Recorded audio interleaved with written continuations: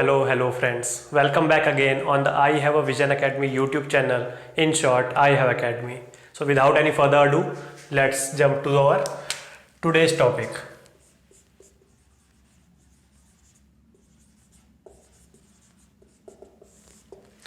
Funds of government. In the previous classes, I have told you और मैं revise करवा देता हूँ. There are three types of funds. ठीक है. So first, two have been formed under Constitution, Article 266. The names of the funds are the largest fund, Consolidated Fund of India, and the most important fund. ठीक है. It is a regular fund.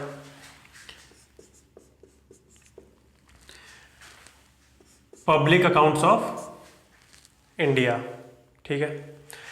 And under Article 267, Constitution gave the power to legislate a fund. क्या बोल रहा हूँ मैं? Constitution gave a power to the Parliament. The dear Parliament, if you want, in your own discretion, you can legislate a fund. कौन सा fund? Contingency Fund of India. ठीक है, समझ आ गया? It means the provisions are instilled in Constitution, but this particular fund, Contingency Fund of India has been made via an Act of Parliament. ठीक है. So these three kinds of funds have mentioned in the Constitution. There is another type of fund which are statutory in nature. तो जैसे ये कोई भी relief fund हो गए, PM fund हो गए, ठीक है ना, प्राइम मिनिस्टर रिलीफ फंड और ये सब इस स्टैट्यूटरी फंड के अंडर आता है. ठीक है. तो फिर इसमें और इसमें क्या डिफरेंस है? ये पार्लियामेंट की पावर पहले से है. इसमें constitution has mentioned, constitution has delegated its power to the parliament कि dear parliament, I am giving you power to legislate a fund on your own discretion.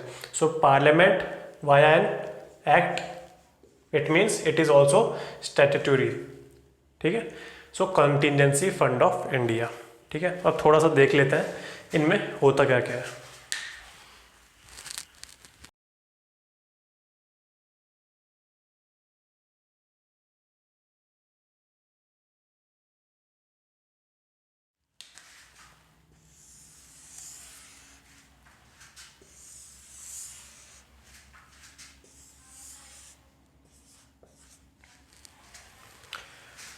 The largest fund कौन सा है? Contingency fund है ना, consolidated fund.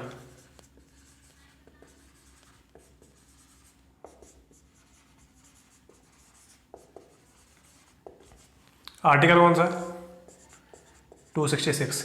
So article 266 provides for the consolidated fund of India as well as consolidated fund of states.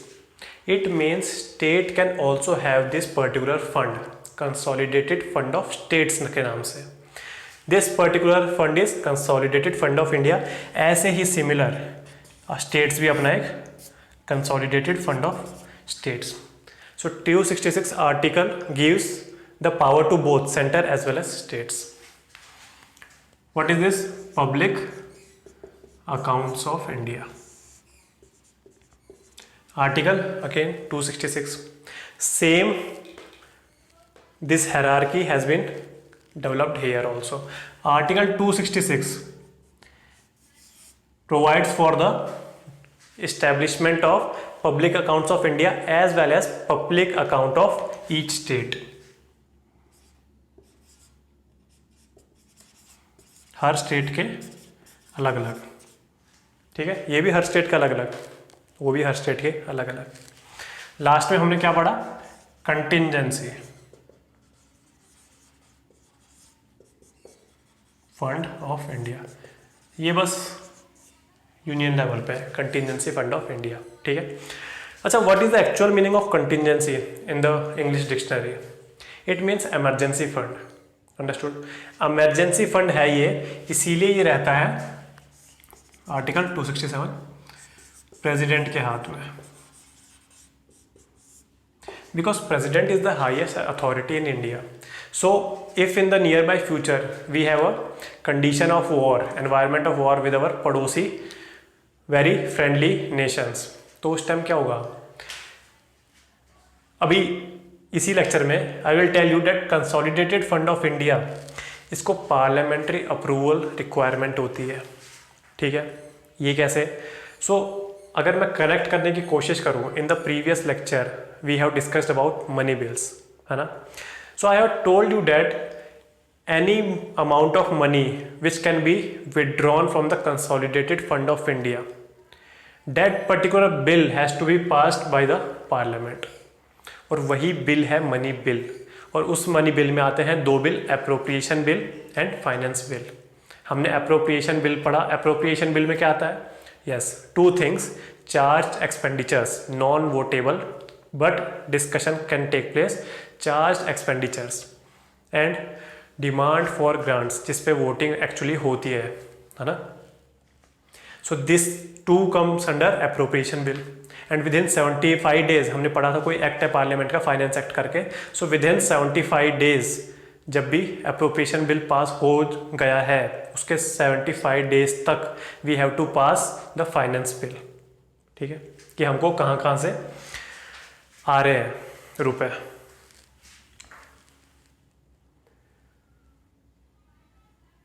सो हम कहाँ थे? हम थे कंसोलिडेटेड फंड ऑफ इंडिया पे. So this requires approval of parliament, appropriation as well as insertion of any money from consolidated fund of India. Contingency means emergency, ठीक है? अगर हमारे साइड के पड़ोसी देशों के साथ कभी युद्ध हो जाता है तो we want some emergency funds. क्यों? कहीं प्रोक्योरमेंट करनी है, क्या पता कहीं लॉजिस्टिक पहुंचानी है, छोटे छोटे ऑपरेशंस में रुपए लग जाते हैं. So this particular contingency fund of India is under the hands of president. So while appropriation of money from this contingency fund of India, no parliamentary approval is required, ठीक है? But afterwards this particular bill कि आपने how much amount of money has been withdrawn from contingency fund of India and in what purposes you have applied that particular money, so that particular bill has to be passed by the parliament. क्यों? अभी आएगा वो चीज़. क्यों? क्योंकि इसकी upper limit 500 crore set की है parliament ने. पर ये 500 करोड़ आए कहाँ से? This 500 crore money has come from consolidated fund of India. And consolidated fund of India, any insertion और appropriation of money from the consolidated fund of India has to be passed by both the houses of parliament.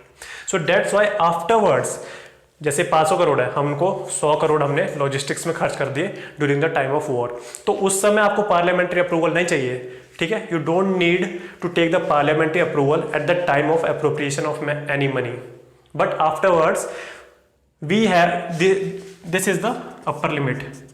So we want to maintain this upper limit. क्या पता एक साल बाद फिर से China war कर दे, है ना? तो हमको 500 करोड़ तो रखने ही रखने इसमें. So the same amount of money will be appropriated from consolidated fund of India and will be inserted in contingency fund of India. और ये कब होगा? जब this particular bill will be passed in the houses of the parliament. Understood? So ये थी कहानी contingency fund of India की.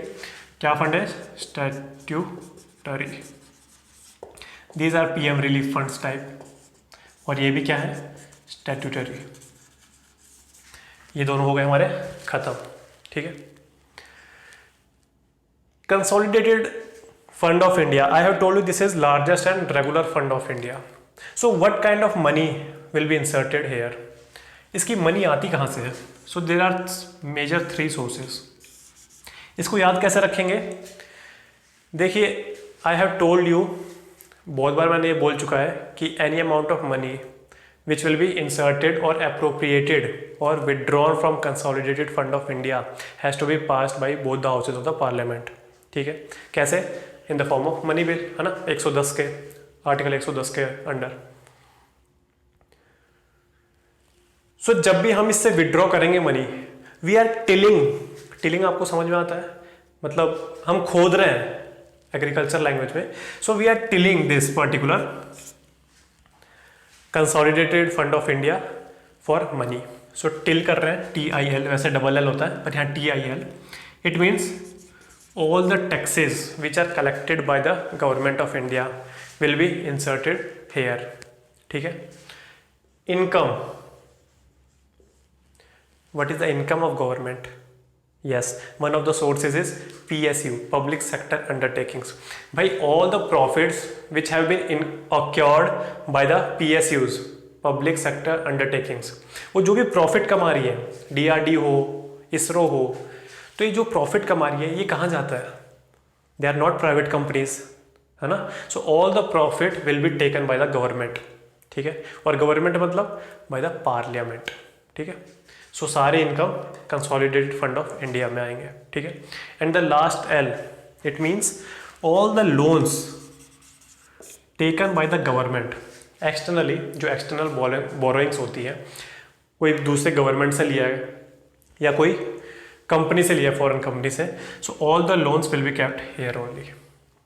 इतना समझ आ गया?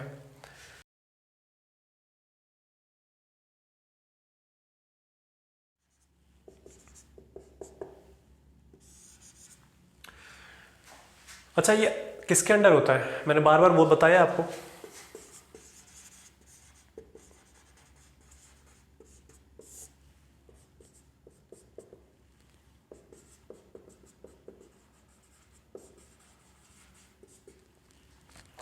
In public accounts of India, इसमें क्या क्या आएंगे? पहले तो इन नाम से पता चल रहा है पब्लिक अकाउंट है. ठीक है. ये मतलब पब्लिक का पैसा है. अगर पब्लिक का ये पैसा है तो पब्लिक ने किसको जिम्मेदारी दी है? पब्लिक ने कोई रिप्रेजेंटेटिव्स भी चुने होंगे, है ना. कौन से चुने? Yes, COM, council of ministers, which are executive. So this fund, particular fund is under executive.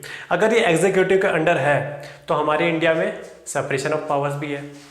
Legislative, executive और जुडिशरी अपने अपने एरिना में काम करेंगे, एक दूसरे में दखल नहीं देंगे. So as this fund is under executive, so it doesn't need any parliamentary approval. इतना समझ आ गया? किस प्रकार की चीजें, कौन से मनी इसमें जा सकते हैं या डाल सकते हैं?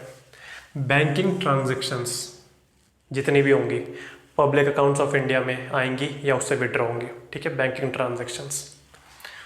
प्रोविडेंट फंड, जितने भी प्रोविडेंट फंड होंगे यहाँ से जाएंगे. ठीक है.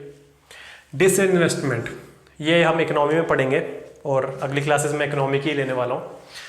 So this particular disinvestment, it means ये मान लीजिए एक है सेंट्रल पब्लिक सेक्टर यूनिट. ठीक है. कौन सी मानोगे? HL मान लीजिए, हिंदुस्तान एरोनॉटिक्स लिमिटेड.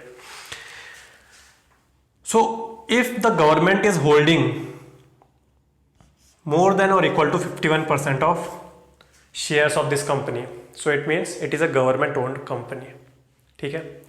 जैसे ही ये 51% से लेस शेयर होंगे, it means 49%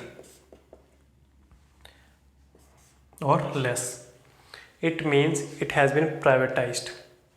so this 51% से जो 49% आ गया, इसी को बोलते हैं डिसइन्वेस्टमेंट. अब ये भी दो तरह की होती हैं. I will dwell into it in the economy lectures. ठीक है. So this is nothing but disinvestment. Banking transactions, provident fund and disinvestment will go और appropriated in the public accounts of India. And this was all about the funds of government. Absorb this.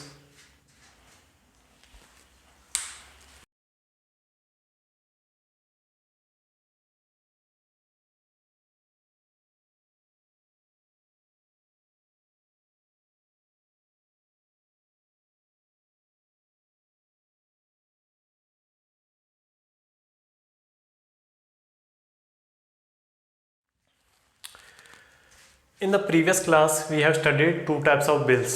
कौन कौन से थे? Ordinary bill and money bill. ठीक है. Money bill में हमने फिर पढ़ा पूरा बजट. ठीक है.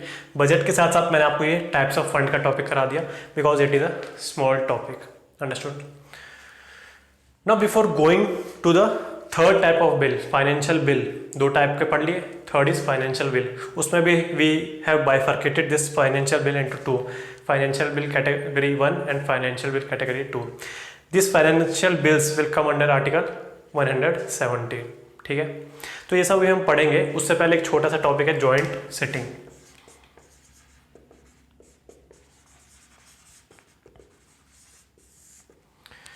और ये हमने पहले पढ़ ही रखा है, सो it is kind of a revision class. कब बुलाई जाती है, कौन से टाइप्स ऑफ बिल्स में?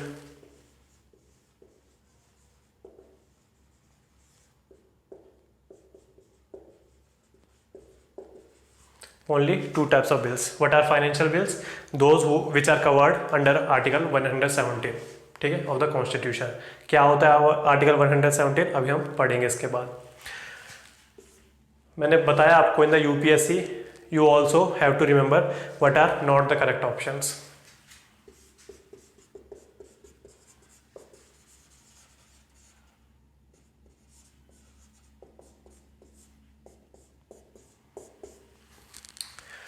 In these two particular bills, joint sitting will not be called.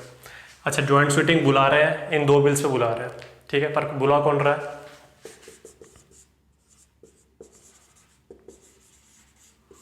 President बुला रहा है. प्रेसिडेंट बुला रहा है, पर क्यों बुला रहा है? बिकॉज देर इज दोनों हाउसेस के बीच में there is deadlock. What is the meaning of deadlock? First condition, a particular bill has been passed by one of the houses, but in the other houses it is pending more than 6 months. तो क्या होगा? Yes, in this particular case, president can call the joint sitting. Next, passed by first house, but rejected by second house. ठीक है, कौन से types of bills की बात कर रहे हैं? Ordinary and financial. सो इस केस में भी जॉइंट सिटिंग बुला सकते हैं. एंड थर्ड इज लोकसभा और Rajya Sabha has passed the bill, और राज्यसभा ये बोल रही है आपने बहुत अच्छा बिल बनाया है, but we are suggesting some of the amendments, है ना. मैंने बताया था आपको पिछले क्लासेस में कि this is hindering the beauty of the bill, this particular धब्बाज. So we are giving you some amendments, please apply this amendments. ठीक है, but Lok Sabha is rejecting those amendments. So in this particular third condition also president can call the joint sitting.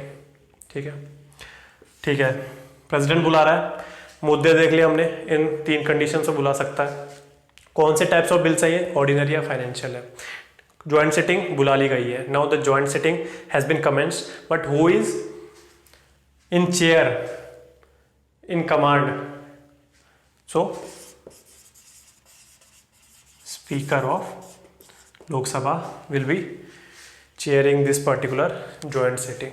ठीक है, अगर speaker of Lok Sabha नहीं है तो हमारे पास एक और पोस्ट है, deputy speaker of Lok Sabha. If deputy speaker of Lok Sabha is also not present, then yes, deputy chairman of Rajya Sabha. Remind you, chairman of Rajya Sabha is the vice president of India, and vice president of India जो है वो तो कोई भी house के member होते ही नहीं है, तो ज्वाइंट सिटिंग में वो नहीं बैठेंगे. और सबको बैठा देंगे, बट वाइस प्रेसिडेंट चेयरमैन को कभी नहीं बैठाएंगे. अंडरस्टूड? ठीक है, speaker of Lok Sabha is chairing this particular joint sitting, but what is the result? Result कैसा आएगा इसका?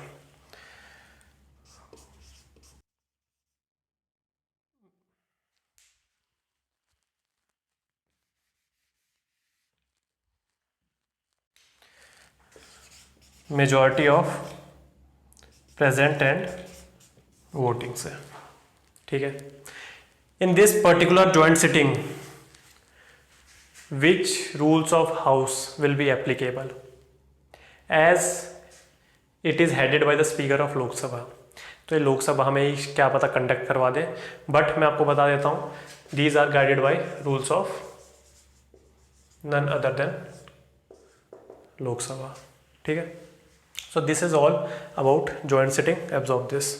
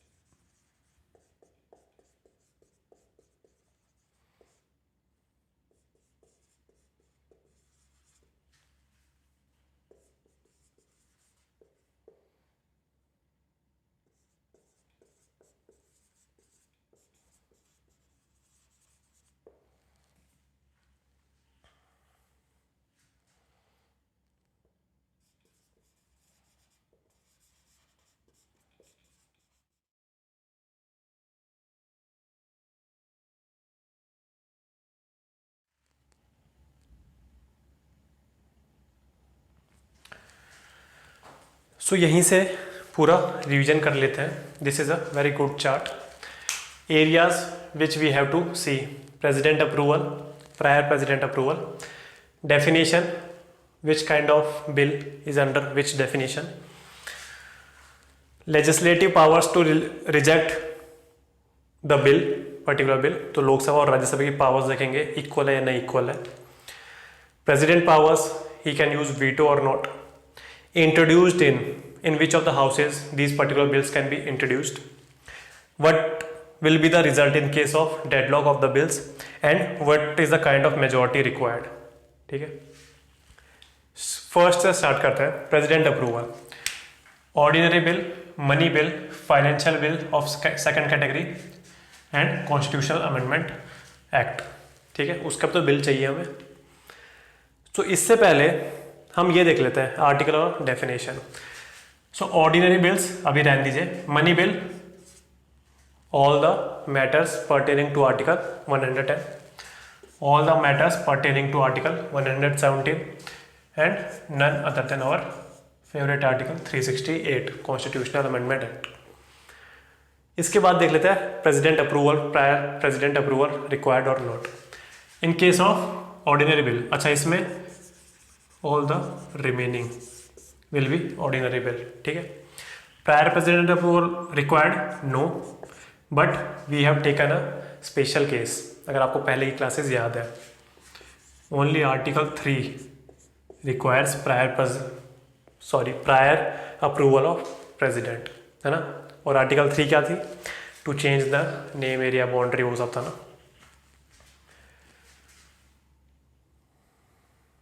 सो ये है।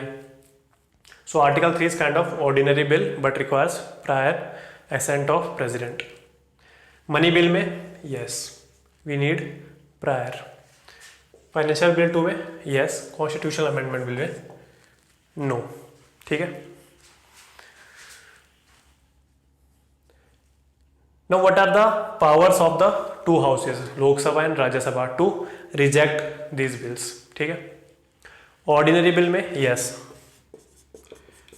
Both houses are equal in passing the ordinary bills. Money bill में Lok Sabha is more powerful than Rajya Sabha. क्यों? राज्यसभा को तो इन 14 days ही हैव टू पास इट, है ना। फाइनेंशियल बिल कैटेगरी 2 में लोकसभा इक्वल टू राज्यसभा, और इसमें भी लोकसभा इक्वल टू राज्यसभा, ठीक है। So financial bill 2 is kind of ordinary bill only, but it requires prior approval of president. And financial bills, देखिए फाइनेंशियल बिल्स के अंडर पता क्या क्या आता है? मनी बिल भी एक फाइनेंशियल बिल ही है, but all the money bills are financial bills, but all the financial bills are not money bills, ठीक है। President powers, he can use the 3 vetoes. In money bill, no. Veto तो use करता ही नहीं उसमें। Constitutional amendment act में no, he has to give his assent. Financial bill category 2, as these are only ordinary bill, special ordinary bills, so introduced in ordinary bill Lok Sabha और Rajya Sabha, money bill only Lok Sabha, financial bill category 2 only Lok Sabha, and Lok Sabha और Rajya Sabha in constitutional amendment bills. What in the case of deadlock? Yes, joint sitting can be called, joint sitting can't be called, ordinary bill ही है, joint sitting can be called, can't be called. ठीक है, majority all require simple majority, यहाँ भी लिख दो simple majority, special majority in Constitutional Amendment Act. So absorb this.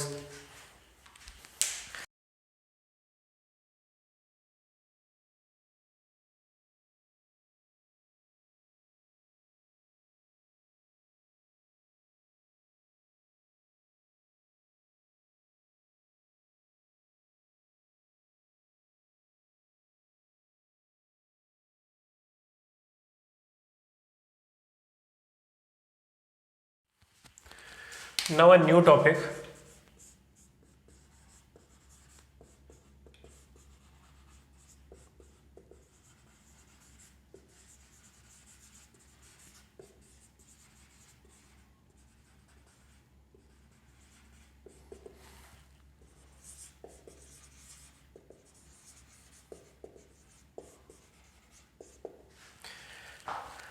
multifunctional role of parliament. We have covered most of this topic in our previous lectures, but जो भी छोटे छोटे इधर से उधर न्यूआंसेस होंगे वो इसमें आप ऐड ऑन कर लीजिएगा। सो लेजिस्लेटिव फंक्शन क्या होते हैं? सबसे जो फर्स्ट कॉमन चीज़ है, कॉमन मतलब कॉमन सेंस से कि लेजिस्लेटिव फंक्शन क्या हुआ पार्लियामेंट का,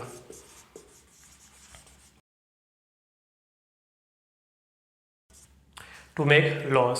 कौन कौन से सब्जेक्ट्स पे? 3 list,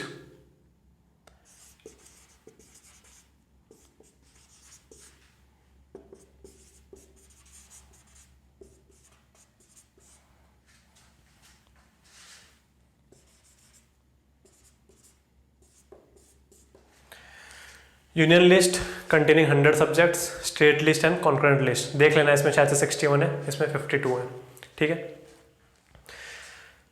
so in these 3 parliament can make laws. In the concurrent list always union law will prevail, ठीक है। If there is particular specific matter and the state government also and the parliament also both have made laws on that particular specific subject, then always and always union law or parliament law will prevail over state legislature. In state subjects, only state has the authority to legislate on these particular subjects except under 5 conditions. What are these 5 conditions? I have told you in previous lectures. थोड़ा revise कर लें, क्या क्या है? Yes, there is a special power of राज्य सभा, ठीक है। अगर वो चाहे तो parliament can legislate on the particular state subject which have been authorised by the Rajya Sabha. हमको याद था कि राज्यसभा के पास स्पेशल प्रिविलेज है ये। फिर क्या है? नेशनल इमरजेंसी में, ठीक है, कॉन्करेंट लेजिस्लेटिव पावर आ जाती है पार्लियामेंट के पास to legislate over state subjects. Then president's rule में, ठीक है, प्रेसिडेंट रूल्स में डिसॉल्व कर सकते हैं, प्रेसिडेंट साहब डिसॉल्व कर सकते हैं lower house of the parliament, and parliament will legislate over all the state subjects. कोई इंटरनेशनल ट्रीटी है and we have to apply those provisions in India, so parliament it is a prerogative of parliament to legislate on that particular international treaty provisions, है ना। और last क्या है? 2 or more states will reach to parliament कि we don't have technical expertise or legislative expertise to form a bill or act on this particular matter, तो अगर दोनों बोल रहे हैं तो पार्लियामेंट उस पर बना देगी। पर यहाँ एक ट्विस्ट था जो मैंने आपको बताया था कि आए तो ये अपनी मर्जी से, पार्लियामेंट सॉरी ये दोनों जो स्टेट्स हैं ये आए तो अपनी मर्जी से थे पर जाएंगे अपनी मर्जी से नहीं। Only parliament will decide when to revoke this particular privilege which has been given to parliament by these states, है ना। तो ये आपको थोड़ा रिवीजन भी हो गया। And in this union exclusive power of legislation has been given to parliament, ठीक है।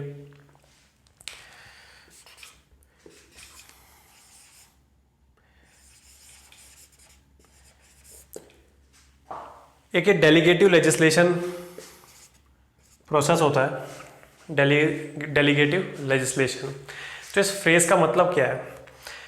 You see constitution has given various provisions, ठीक है, of how to run a government and some of the bodies also, but to carve out the details of those bodies, of all the intricate and minute details of the legislations, it has been given to the